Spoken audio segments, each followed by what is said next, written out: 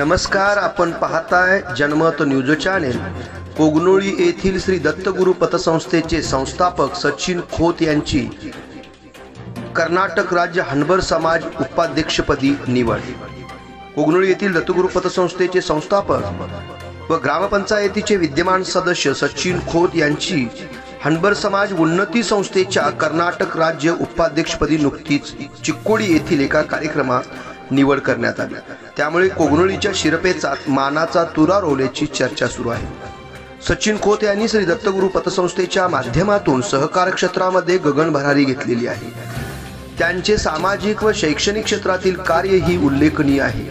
या सर्व गोष्टींचा विचार करून कर्नाटक, महाराष्ट्र व गोवा या तीन राज्यांतर्गत रहिवासीस्थ असणाऱ्या समस्त हनबर समाज बांधवांच्या वतीने हनबर समाज उन्नती निवड समितीच्या वतीने त्यांची कर्नाटक राज्याच्या उपाध्यक्षपदी निवड करण्यात आली आहे। या हनबर समाज उन्नती संस्थेच्या वतीने डोंगर कपारीमध्ये राहणाऱ्या हनबर गवळी समाजातील विविध गरजूंना सामाजिक शैक्षणिक स्थैर्य प्राप्त करून देणे, विद्यार्थ्यांच्यासाठी वसतिगृह स्थापन करणे, समाजाच्या उन्नतीसाठी हातभार लावणे यासारख्या गोष्टींचा कार्यभार या संस्थेकडून पार पाडला जातो। कर्नाटक व महाराष्ट्र तसेच गोवा या राज्यांतर्गत कार्यरत असणाऱ्या या संस्थेच्या कर्नाटक राज्याच्या उपाध्यक्षपदी सचिन यांची निवड जाहीर होताच त्यांचा एन पाटील नायब तहसीलदार बेळगाव, यल्लाप्पा गडकरी बेळगाव, राजेंद्र नाईक कोल्हापूर, अप्पासो कलागत इचलकरंजी, संयम हुक्केरी सर आळते यांच्या वतीने प्रशस्तीपत्र, निवडपत्र, शाल, फेटा व पुष्पहार देऊन सत्कार करण्यात आला। सचिन खोत यांची कर्नाटक राज्याच्या उपाध्यक्षपदी निवड झाल्यामुळे कोगनोळीसह पंचक्रोशीमध्ये त्यांचे अभिनंदन आणि कौतुक होत आहे।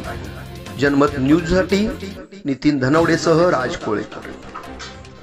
प्रवेश आपल्या मुलीला नवोदयला प्रवेश हवा आहे का? तर मग कोगनोळी येथील निवासी व अनिवासी हलसिद्धनाथ संस्थेचे दरवाजे प्रवेशासाठी आपली वाट पाहत आहेत। मोजक्या जागा शिल्लक, उत्तम शैक्षणिक वातावरण, दर्जेदार शिक्षण, यशाची हमखास खात्री। तर मग चला आजच आपल्या मुलाचा प्रवेश निश्चित करूया। श्री हलसिद्धनाथ एज्युकेशन सोसायटीचे नवोदय करिअर अकॅडमी कोगनोळी, राष्ट्रीय महामार्ग क्रमांक 4 शेजारी कर्नूर फाटा कोगनोळी।